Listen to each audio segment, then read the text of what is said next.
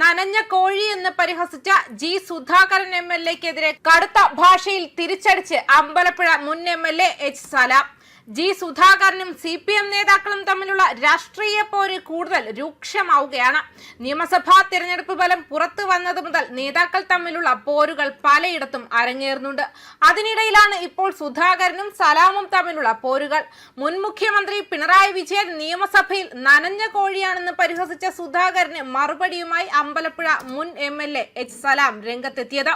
കള്ളു വാങ്ങിക്കൊടുത്താൽ ആരെയും തെറിവിളിക്കുന്ന ഒരു കോമാളിയായി ജി സുധാകരൻ അധപ്പതിച്ചുവെന്നും പിണറായി വിജയന്റെ ചെരുപ്പിന്റെ വാറഴിക്കാൻ പോലും സുധാകരന് യോഗ്യതയില്ലെന്നും സലാം തന്റെ ഫേസ്ബുക്ക് പോസ്റ്റിലൂടെയാണ് വിമർശിച്ചത്. പിണറായി വിജയന്റെ ഔദാര്യം ഒന്നുകൊണ്ട് മാത്രം സുധാകരന്റെ അഴിമതി വിരുദ്ധ മുഖം മൂടി ഇതുവരെ കീറിപ്പോകാത്തതെന്നും സലാം കൂട്ടിച്ചേർത്തു. സുധാകരനെതിരെ ഗുരുതരമായ സാമ്പത്തിക ആരോപണങ്ങളും സലാം ഉന്നയിച്ചിട്ടുണ്ട്. 2021 നിയമസഭാ തെരഞ്ഞെടുപ്പ് സമയത്ത് സുധാകരൻ ആരിൽ നിന്നൊക്കെ എത്ര ലക്ഷം രൂപയാണ് പിരിച്ചതെന്ന് വെളിപ്പെടുത്താൻ ധൈര്യമുണ്ടോ എന്ന് അദ്ദേഹം വെല്ലുവിളിക്കുകയും ചെയ്തു. സുധാകരന്റെ പ്രവർത്തന മണ്ഡലം കൊല്ലത്ത് നിന്നും ആലപ്പുഴയിലേക്ക് മാറ്റിയത് എന്തുകൊണ്ടാണെന്ന് തന്നെ കൊണ്ട് പറയിപ്പിക്കരുതെന്നും സലാം മുന്നറിയിപ്പും നൽകി. നേതാക്കൾ തമ്മിലുള്ള വ്യക്തിപരമായ ആക്ഷേപങ്ങളും വെല്ലുവിളികളും വരും ദിവസങ്ങളിൽ ആലപ്പുഴയിലെ രാഷ്ട്രീയത്തിൽ കൂടുതൽ പുകിലുകൾക്ക് വഴി തുറക്കുമെന്നുറപ്പാണ്. MLA ഓഫീസ് ഉദ്ഘാടന ചടങ്ങിലാണ് ഇന്നലെ ജി സുധാകരൻ പ്രതിപക്ഷത്തെ പരിഹസിച്ച് രംഗത്തെത്തിയത്. സഭയിൽ മുഖ്യമന്ത്രി VD സതീശൻ പ്രസംഗിച്ചപ്പോൾ മറുപടി പറയാൻ ഒരാൾക്കും കഴിയുന്നില്ലെന്നും പ്രതിപക്ഷ നേതാവ് പിണറായി വിജയൻ സഭയിൽ നനഞ്ഞ കോഴിയാണെന്നും ജി സുധാകരൻ അഭിപ്രായപ്പെട്ടിരുന്നു. ഇടത്തോട്ട് മുണ്ടെടുത്താൽ ഇടതുപക്ഷമാകില്ലെന്നും രാജ്യത്ത് കോൺഗ്രസിന്റെ ഊന്നുവടിയിൽ നിൽക്കുന്ന പാർട്ടിയാണ് CPM എന്നും അദ്ദേഹം പരിഹസിക്കുകയും ചെയ്തു. KN ബാലഗോപാലൊക്കെയാണല്ലോ സഭയിലുള്ളതെന്നും ജി സുധാകരൻ പരിഹസിക്കുകയും ചെയ്തു. KN ബാലഗോപാലിന് സഭയിൽ മിണ്ടാട്ടമില്ല. ഐസക് ഉണ്ടായിരുന്നെങ്കിൽ എന്തെങ്കിലും പറയും. സഭയിലെ പ്രതിപക്ഷത്തെ കണ്ട് സങ്കടം തോന്നുന്നു. പറയാൻ അറിയാവുന്ന ഒരാളെങ്കിലും വേണ്ടേ? ശരിയല്ലെന്ന് പറയാൻ ഒരാളുമില്ല. സഭയിൽ പ്രതിപക്ഷത്തിൻ്റെത് ദയനീയമായ ചിത്രമാണെന്നും സുധാകരൻ പരിഹസിക്കുകയും ചെയ്തു. അമ്പലപ്പുഴയിൽ താൻ കോൺഗ്രസിന്റെ ചെളിക്കുണ്ടിലേക്ക് പോകുമെന്ന് പിണറായി വിജയൻ പ്രസംഗിച്ചു.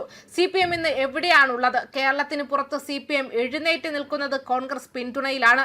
എന്ത് രാഷ്ട്രീയ ദർശനമാണുള്ളത്? CPM-ന്റെ ക്രെഡിബിലിറ്റി നഷ്ടപ്പെട്ടു. അടുത്ത കാലത്തൊന്നും CPM നന്നാകില്ലെന്നും കേരളത്തിൽ കോൺഗ്രസിന്റെ സുവർണ കാലഘട്ടമാണെന്നുമാണ് ജി സുധാകരൻ പ്രസംഗിച്ചത്. അതേസമയം തിരഞ്ഞെടുപ്പിലെ കനത്ത തോൽവിയിൽ സ്വയം വിമർശിച്ചിരിക്കുകയാണ് CPM. വെള്ളാപ്പള്ളി നടേശനെ തള്ളിപ്പറയാത്തത് തെറ്റാണെന്നും തളിപ്പറമ്പിലെ സ്ഥാനാർത്ഥിത്വം പിഴച്ചുവെന്നും സെക്രട്ടേറിയറ്റ് റിപ്പോർട്ടിൽ ചൂണ്ടിക്കാട്ടി. പ്രതിപക്ഷ നേതാവായി പിണറായി വിജയനെ തീരുമാനിച്ചത് ഏകകണ്ഠമാണെന്നും പ്രായോഗിക തിരുത്തൽ നടപടികൾ പിന്നീട് നടത്തുമെന്നും റിപ്പോർട്ടിൽ പറയുന്നുണ്ട്.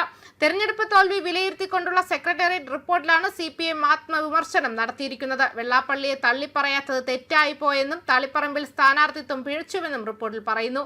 സ്ഥാനാർത്ഥി നിർണയത്തിൽ ജാഗ്രത വേണമായിരുന്നു. യോഗി ആദിത്യനാഥിന്റെ സന്ദേശം വായിച്ചത് അയ്യപ്പ സംഗമത്തിന്റെ ശോഭ കെടുത്തിയെന്നും റിപ്പോർട്ടിൽ വ്യക്തമാക്കുന്നുണ്ട്.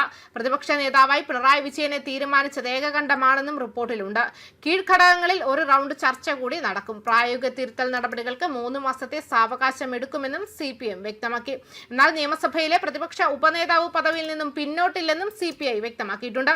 പ്രതിപക്ഷ ഉപനേതാവ് പദവിയിൽ നിന്നും പിന്നോട്ട് പോകണ്ടെന്നാണ് CPI സംസ്ഥാന സെക്രട്ടേറിയറ്റിലെ തീരുമാനം. പാർട്ടി അഭിമാനം CPM-ന് മുൻപിൽ പണയം വെക്കേണ്ടതില്ലെന്നും വിട്ടുവീഴ്ച ചെയ്ത് നിലനിർത്തേണ്ട സാഹചര്യമില്ലെന്നുമാണ് CPIയുടെ വിലയിരുത്തൽ.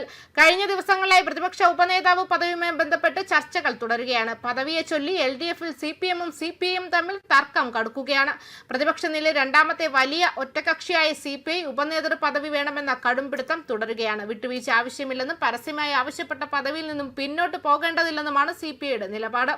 എന്നാൽ പ്രതിപക്ഷ ഉപനേതൃ പദവി നൽകാനാവില്ലെന്ന നിലപാടിലാണ് CPM. ഇടതുമുന്നണി പ്രതിപക്ഷത്തിരുന്ന കാലത്തെല്ലാം ഉപനേതാവ് പദവി വഹിച്ചിരുന്നത് CPM തന്നെയാണെന്നുള്ള കീഴ്വഴക്കം ചൂണ്ടിക്കാട്ടിയാണ് CPM നിലപാട് കടുപ്പിച്ചിരിക്കുന്നത്.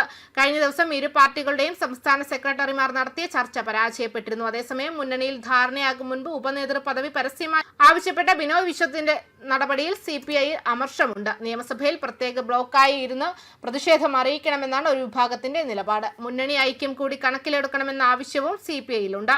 പദവി ലഭിച്ചില്ലെങ്കിൽ LDF-ന്റെ പാർലമെന്റിൽ പാർട്ടി യോഗങ്ങളിൽ നിന്നും വിട്ടുനിൽക്കാനും മറ്റ് ഔദ്യോഗിക ചുമതലകൾ ബഹിഷ്കരിക്കാനും CPI ആലോചിക്കുന്നുമുണ്ട്. ന്യൂസ് ഡെസ്ക് കർമ്മ ന്യൂസ്.